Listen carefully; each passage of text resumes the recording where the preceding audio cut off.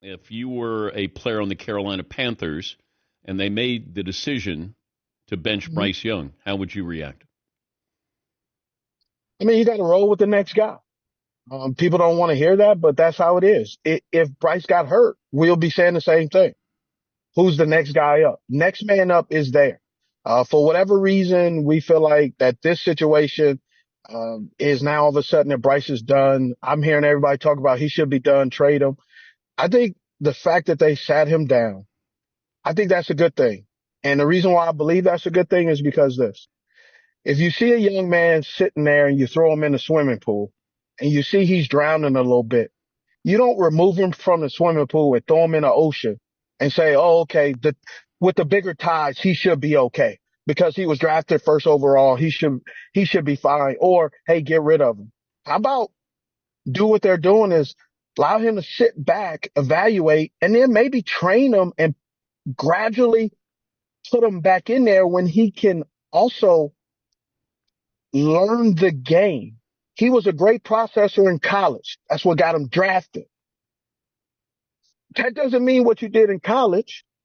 You're going to do that in the NFL because that's the level up. That's called advancing. That's why it's professionals and amateurs or collegiate. I know NIL makes people believe they're professionals, but Hmm. guess what?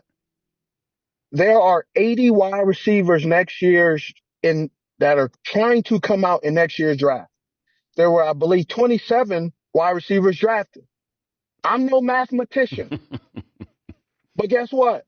Not everybody's going to make it. I'm fine with them benching him. And even using the word benching sounds rough.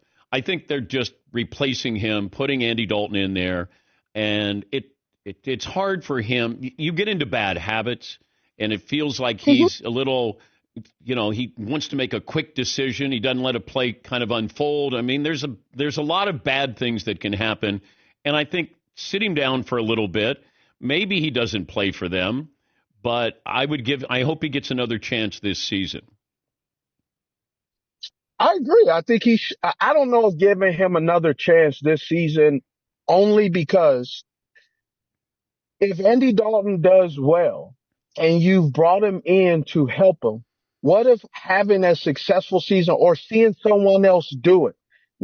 Some people learn differently. Visual aids. Some people learn by example. Some people learn by watching other people do it. Um, so sitting him down and letting him ride out the season and learning, and now he doesn't have the pressure on him.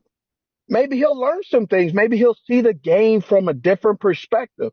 And maybe he won't, but I'm pretty sure he will because when you think about it, this is probably the first time he's looked at the game from this position, which is the sideline with no injury. That's not a bad thing. Adversity is about dealing with some things that you don't see. And that's what makes football players, athletes we're intriguing because we can take a negative and turn it into a positive.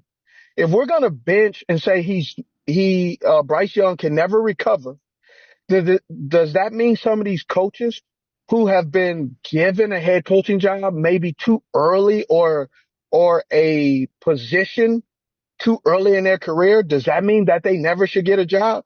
Dan, you know this answer. No, that doesn't happen. So why does it happen with players?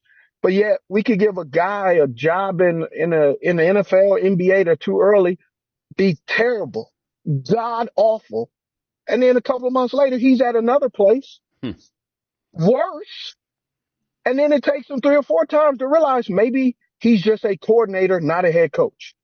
That's just me.